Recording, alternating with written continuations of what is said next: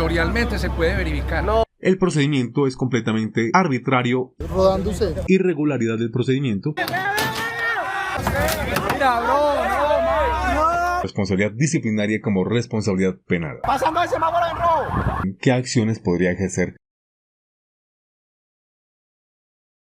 Recientemente se ha difundido por redes sociales un evento en el cual funcionarios de tránsito adscritos a la Secretaría de Movilidad de Medellín realizan un procedimiento al streamer colombiano Mr. Steven, procedimiento en el cual llevan a cabo la inmovilización de un vehículo y realizan unos comparendos. Sobre el particular, y si bien mi especialidad es el derecho laboral y de la seguridad social, ello no obsta para que como profesional del derecho pueda dar mi opinión. Más aún, cuando dentro de mi experiencia está el ejercicio en lo que tiene que ver con derecho penal, derecho administrativo y derecho disciplinario, sin dejar de lado que además he ejercido como docente en tránsito y transporte de seguridad vial y que yo mismo fui agente de tránsito.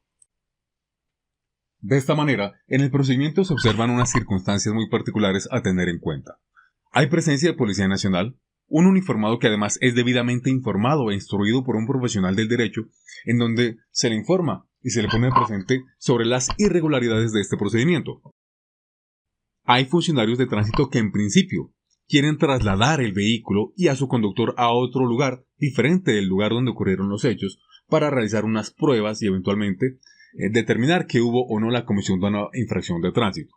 Posteriormente, estos mismos funcionarios aducen que pueden realizar la medición de decibeles de sonido asegurando que transgreden los límites permitidos, esto únicamente a través de los sentidos, sin el apoyo de ningún dispositivo calibrado y propio para ello. Realizan posteriormente el comparendo e inmovilización del vehículo, causándole daños y con ocupantes dentro del mismo. Hay otros temas, entre los cuales podrían estar lo que tiene que ver con el inventario que se realiza al momento de la inmovilización.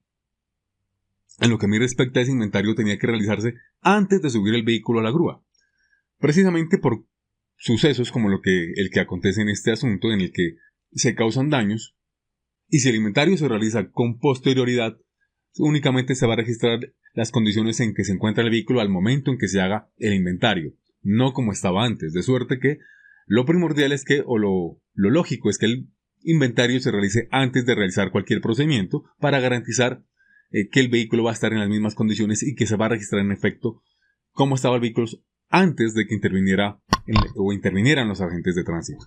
En ese orden de ideas, voy a procurar tocar 3 temas que considero trascendentales. En primer lugar, lo que tiene que ver con el procedimiento de tránsito, cómo se realizó y si en efecto este procedimiento se ajusta al ordenamiento jurídico colombiano. Segundo, eventualmente, qué implicaciones y responsabilidades podrían derivar para los funcionarios que intervienen en este procedimiento. Y por último, digamos que los mecanismos y acciones que tiene y que podría ejercer el señor Mr. Steven para hacer valer sus derechos. Frente al procedimiento de tránsito, ¿qué nos dice la norma? Artículo 135 del Código Nacional de Tránsito, Ley 769 del 2002.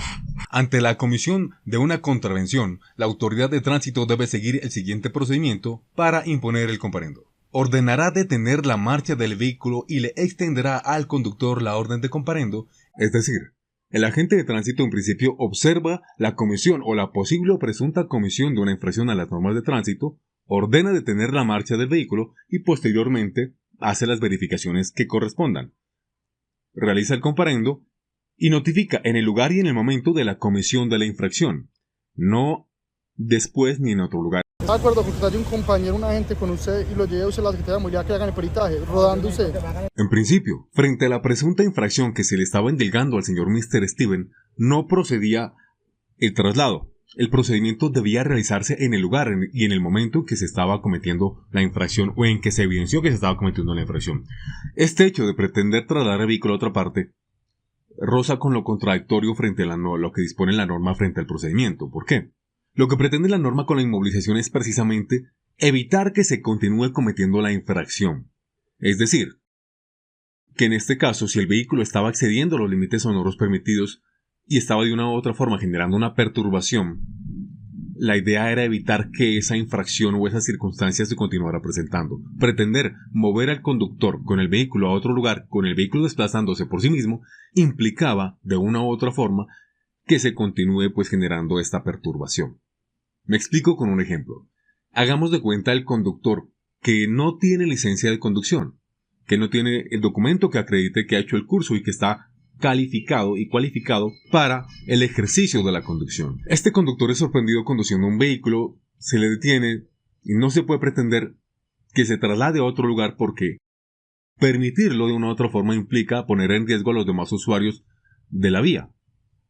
En ese orden de ideas, lo propio es que si no subsana la inmovilización en ese momento, en el caso de una licencia de conducción por no tenerla, es que el vehículo se inmovilice y el vehículo sea trasladado al parqueadero en la grúa correspondiente.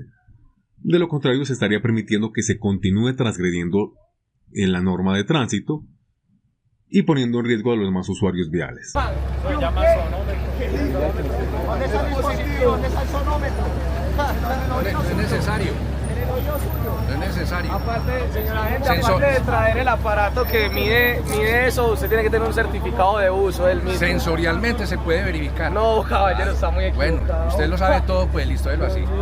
Ahora, en lo que respecta a la infracción relativa a la emisión de ruido por parte de vehículos automotores, para efectos de determinar si hay una infracción o si el exhausto está emitiendo sonidos que rebasan los límites de sonido permitidos, se debe realizar un procedimiento que permita medir los decibeles que emite el vehículo a través de un dispositivo adecuado para esto, en este caso el sonómetro. Sobre el particular, tenemos la resolución 8321 de agosto de 1983, por la cual se dictan normas sobre la protección y conservación de la audición y el bienestar de las personas por causa de la producción y emisión de ruidos.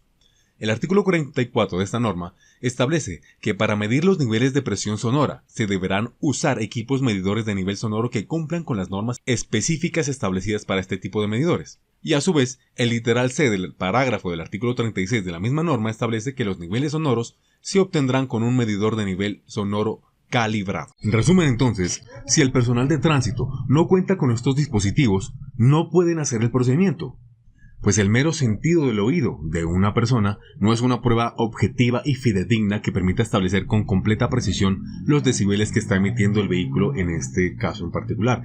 Lo mismo o circunstancia similar sucede con el tema de los polarizados en los vehículos. No basta con el sentido de la vista de un agente o un oficial de tránsito para determinar cuál es el nivel de polarizado que tiene y que en efecto está transgrediendo la norma. Es necesario que cuente con el dispositivo apropiado, en este caso es el opacímetro o fotómetro. En este orden de ideas, el procedimiento es completamente arbitrario y contrario al ordenamiento jurídico colombiano. ¿El inventario del carro? ¿Y el inventario del carro? Puede tomarle fotos. El inventario. El inventario se lo hacemos en los patios, pues ya vamos a... Eso es antes de montarlo, papi. A esto se suma el tema del inventario del vehículo, pues de conformidad con lo que estipula la misma resolución 3027, frente a la inmovilización establece. Igualmente, el policía de tránsito, antes de enviar el vehículo a los patios, deberá revisar el inventario y confrontarlo con lo observado objetivamente en el vehículo. Tal y como se anunció con anterioridad, en efecto, lo que procedía previamente a inmovilizar el vehículo era realizar el inventario, de tal suerte que el agente de tránsito tendría que confrontarlo y corroborar que se ajustara a la realidad, circunstancia que tampoco acaeció en este evento. Hay otra circunstancia que se presenta y tiene que ver con el código de infracción que utiliza el agente de tránsito a la hora de realizar el procedimiento. Código de infracción C35. En principio, me permito aclarar que hay adecuaciones típicas contravencionales generales dentro de las cuales se puede albergar diferentes conductas o contravenciones de tránsito. De igual forma, digamos que hay adecuaciones típicas específicas que solamente hacen referencia a un tipo de conducta en particular como contravención. De tal suerte que si frente a un evento en particular una infracción de tránsito está estipulada en un código de infracción específico, pues corresponderá a que se aplique el código de infracción específico. No obstante, cuando hay una infracción que no está determinada de manera específica en un código de infracción como tal, entonces pues nos remitimos a la adecuación típica contravencional general, por llamarlo de esta manera. En este orden de ideas, entendemos que el código de infracción C35 permite albergar diferentes contravenciones de tránsito y hay un código de infracción que podría resultar más específico para este tipo de eventos, que sería el D17, y procedo a explicarlo de la siguiente manera. El código de infracción C35 Procede cuando no se realiza la revisión técnico-mecánica y de emisiones contaminantes en los plazos o cuando aún portando los certificados correspondientes no cuenta con las siguientes condiciones técnico-mecánicas y de emisiones contaminantes, además el vehículo será inmovilizado. En el literal B establece esas condiciones, refiriéndose a el adecuado estado de la carrocería, niveles de gases y elementos contaminantes acordes con la legislación vigente sobre la materia, el buen funcionamiento del sistema mecánico, funcionamiento adecuado del sistema eléctrico y conjunto óptico, eficiencia del sistema de combustión interno, elementos de seguridad, buen estado del sistema de frenos, las llantas del vehículo, el funcionamiento de los sistemas y elementos de emergencia, el buen funcionamiento de los dispositivos utilizados para el cobro de la prestación del servicio público. Como se ha podido advertir entonces, el Código de Infracción C-35 alberga múltiples posibilidades de infracciones de tránsito. Pero vamos a ver entonces qué nos dice el Código de Infracción D-17. Cuando se detecte o advierta una infracción a las normas de emisión contaminantes o de generación de ruido por vehículos automotores. Como se puede apreciar, este Código de Infracción resulta apropiado, acertado para la adecuación típica frente a la presunta infracción que se le endilga al señor Mr. Steven. En este orden de ideas, era el código que se debía aplicar para realizar la infracción o la orden de comparendo. En cualquier caso, todas estas circunstancias dan cuenta de la irregularidad del procedimiento y que, de una u otra forma, pues, son contrarias al ordenamiento jurídico colombiano. Con fundamento en los hechos expuestos y las circunstancias conocidas, voy a proceder a hacer un análisis de lo que eventualmente podría ser las responsabilidades que se pueden generar en los funcionarios que participaron en el procedimiento y de igual manera las acciones que podría ejercer el señor Mr. Steven para hacer valer sus derechos. Sobre el particular es necesario recordar que los particulares son responsables únicamente ante las autoridades por infringir la Constitución y la ley, mientras que los servidores públicos lo son por la misma causa, pero además por omisión o extralimitación en el ejercicio de sus funciones. Esto de acuerdo a lo consagrado en el artículo 6 de nuestra Constitución Política. En ese orden de ideas, de aquí se deriva tanto responsabilidad disciplinaria como responsabilidad penal. Hágale bien, pues. ¿Puede volver a repetir, por favor, lo que me dijo? Si ellos no tienen ahí el aparato para medir los decibeles, no pueden inmovilizar y llevarse el vehículo para ningún otro lado. Eso es un delito, eso es usted está apoyando un procedimiento que está arbitrario. ¿Por qué? Porque si el vehículo tiene los... Bueno, en principio, podríamos hablar del policía que interviene inicialmente en el procedimiento. No obstante, considero que es eventualmente el personaje que menos tiene que ver en la circunstancia o en el procedimiento como tal. No le corresponde al procedimiento de tránsito. Y creo que en últimas, por eso, al ser consciente o conocedor de las circunstancias, pues de una u otra forma se lava las manos y se ausenta de ese procedimiento. No obstante, eventualmente, si se quiere, podríamos mirar que hay una incursión eventualmente en una de las omisiones de sus funciones y que eventualmente podría haberse incurso una falta disciplinaria por el incumplimiento de deberes de acuerdo a lo que contempla el artículo 48 de la Ley 2196 del 2022 que hace referencia al estatuto disciplinario. Pues al ser un funcionario público, el policía, y al ser testigo presencial de la comisión de una conducta punible o en cualquier caso de la violación de la ley, pues le corresponde actuar. Lo que pasa es que el vehículo no se inmunizar todavía. Tuvimos hallar un peritaje, escúcheme. Si los peritos, las personas idóneas para hacerlo están en la Secretaría de Movilidad. En cuanto a los funcionarios de tránsito, está el agente de tránsito que realiza el procedimiento y están los demás agentes de tránsito que participan del mismo y que permiten que este procedimiento se lleve a cabo en esas circunstancias en particular. Aquí hay que precisar sobre un principio general del derecho que hace referencia a que el desconocimiento de la norma no exime de su cumplimiento, que está contemplado también en nuestro Código Civil, artículo 9, en el que se expresa taxativamente que la ignorancia de las leyes no sirve de excusa, es decir, si todos los ciudadanos tenemos el deber de conocer las normas, más aún los funcionarios públicos tienen el deber de conocer la normatividad general y particularmente los funcionarios de tránsito y cada uno funcionario en su especialidad, pero en tránsito, ellos tienen el deber y la obligación de conocer las normas que rigen su actuar y sus procedimientos, porque son las funciones que ejercen día a día. No tendría sentido que un funcionario de tránsito no conozca cuando menos cuál es la norma que rige su actuar, que no tenga conocimiento sobre la ley 769, sobre la resolución 3027, etc. Porque son las normas que a diario están utilizando en sus actuar, en sus procedimientos. En este orden de ideas, hay una cierta cantidad de irregularidades que vamos a enumerar. Por ejemplo, el hecho de que inicialmente se le haya pretendido movilizar el vehículo con su conductor a un lugar diferente a donde se le detuvo, donde presuntamente se cometió la infracción para realizar un procedimiento. No se llevó a cabo. Finalmente es una conducta que no se materializó, pero no deja de ser una irregularidad. Por otra parte, el hecho de que en efecto se aplicara un código de infracción diferente al que en efecto correspondía aplicarse. Además que este hecho, suponiendo que se hubiera materializado la infracción, implica per se un detrimento económico para la administración. Es decir, hay una afectación al patrimonio. ¿Por qué? Porque el código de infracción que debía aplicarse, que era el 1017, es más costoso que el que finalmente se aplicó, que es el C35. De tal suerte que eso también deviene o genera una responsabilidad en materia disciplinaria porque hay una afectación a la administración pública.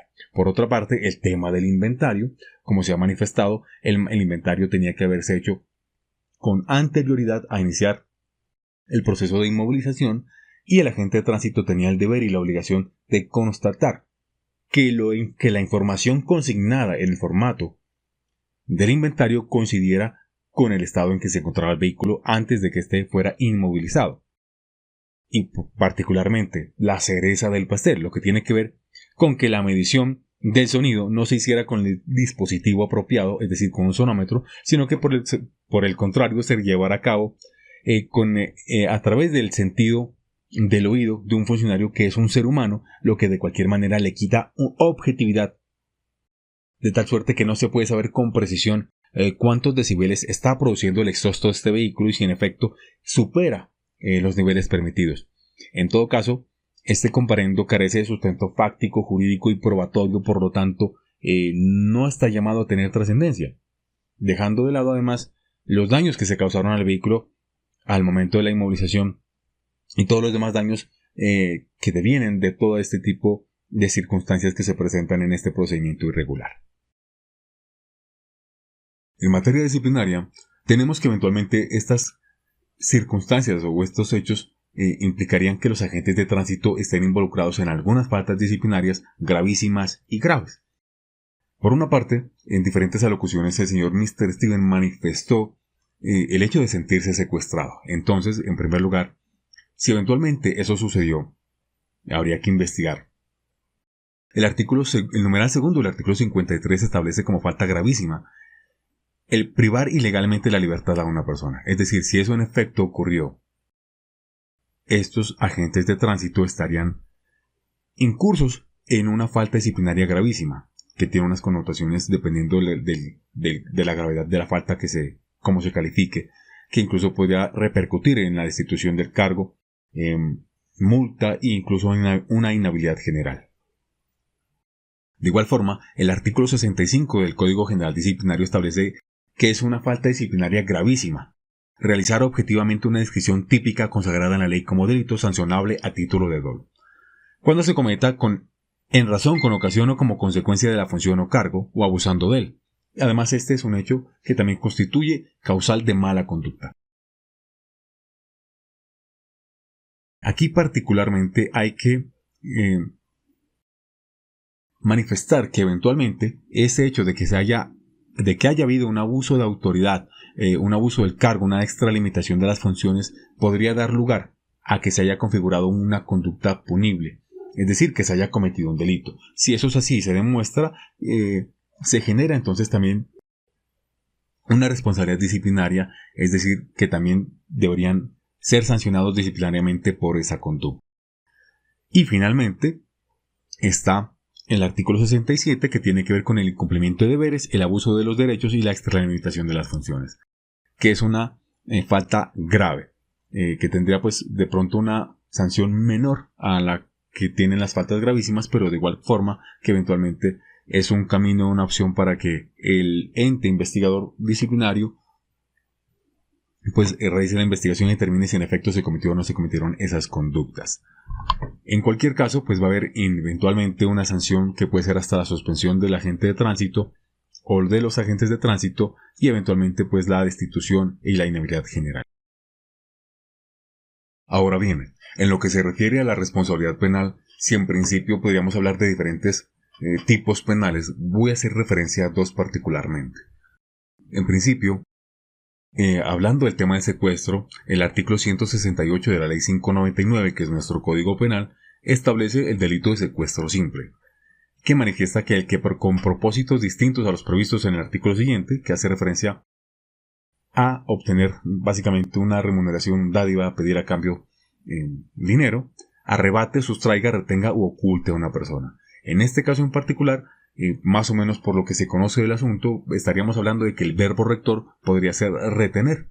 Es decir, que eventualmente uno podría considerar que el señor Mr. Steven fue retenido por los funcionarios de tránsito en el procedimiento. Entonces estaríamos hablando de que podría eventualmente configurarse el delito de secuestro simple. Por otra parte, tenemos el artículo 416 que habla del abuso de autoridad por acto arbitrario e injusto. En este se establece que el servidor público, que fuera de los casos especialmente previstos como conductas punibles, con ocasión de sus funciones o excediéndose en el ejercicio de ellas, cometa acto arbitrario e injusto, incurrirá en multa y en la pérdida del empleo o cargo público. Entonces son dos tipos penales que eventualmente podrían haberse cometido por parte de los funcionarios. De cualquier manera, pues corresponderá al ente acusador, en este caso a la Fiscalía, determinar qué conductas fueron las que se cometieron y eventualmente sancionar a los responsables. Podría hablarse también de un prevaricato por acción, que hace referencia a que cuando el servidor público profiere una resolución, dictamen o concepto manifiestamente contrario a la ley, entendiendo que la orden de comparendo podría tenerse como un concepto, el cual es manifiestamente contrario a la ley por la forma en cómo se realizó el procedimiento y la forma en cómo se determinó que hay una vulneración o que excede de cualquier manera los decibeles o los límites de sonido permitidos emitidos por el vehículo a través de su exhausto.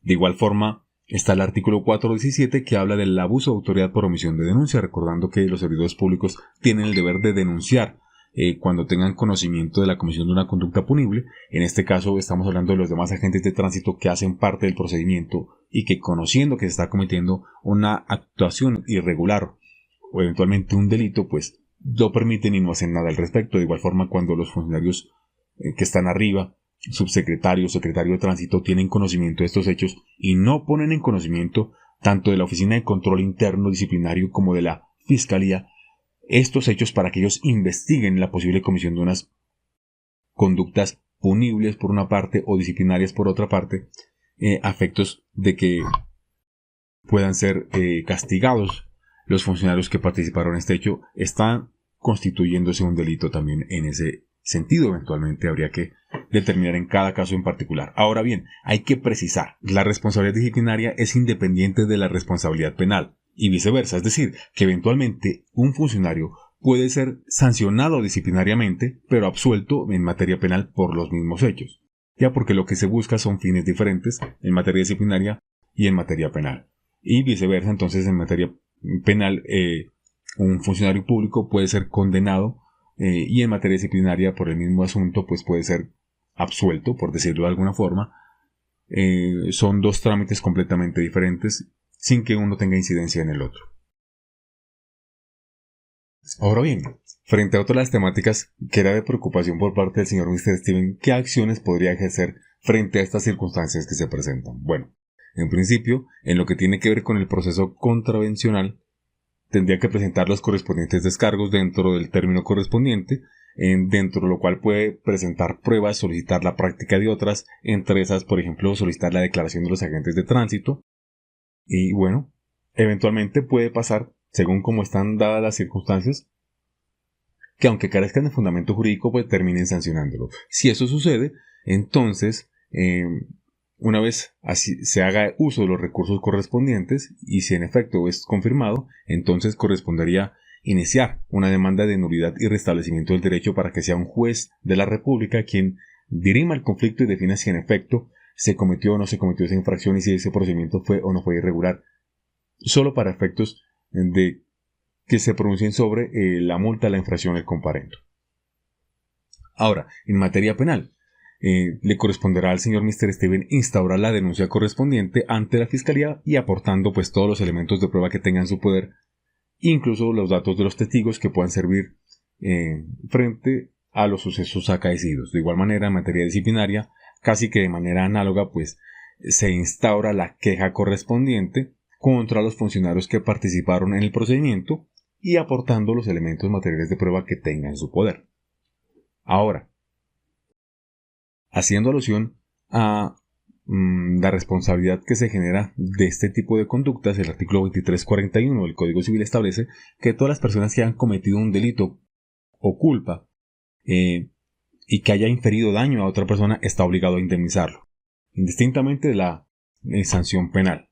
En ese orden de ideas, entonces, entendiendo que aquí se está causando un daño que es antijurídico y que es producido por la acción o omisión de los agentes del Estado, entonces es viable presentar una demanda ante la jurisdicción contencioso administrativa en ejercicio de la acción de reparación directa. Y por tratarse precisamente de un ente público como es la Secretaría de Movilidad o en este caso el municipio de Medellín, si no tuviera personalidad jurídica la Secretaría de Tránsito.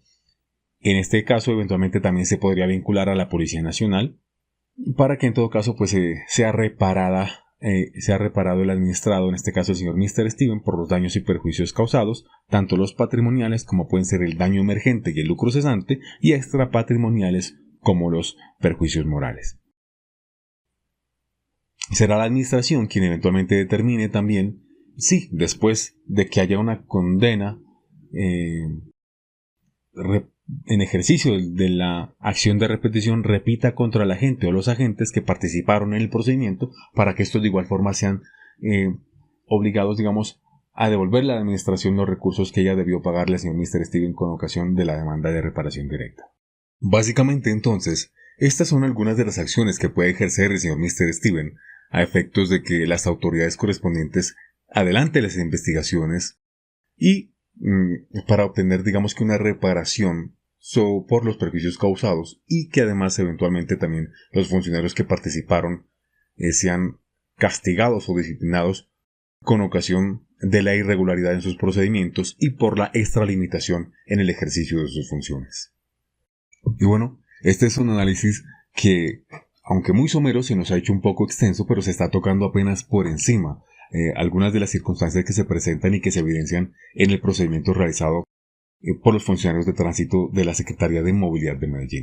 En cualquier caso, si tienen dudas, pueden escribirnos, o dejarnos un mensaje. Eventualmente estaremos respondiendo a las inquietudes o eventualmente, si es necesario, ampliando la información sobre alguno de los tópicos tratados. De igual forma, si necesitan o requieren asesoría en algún tema sobre el particular o en caso de ustedes, pueden escribirnos y en su debido momento estaremos también contestando o atendiendo las consultas que correspondan.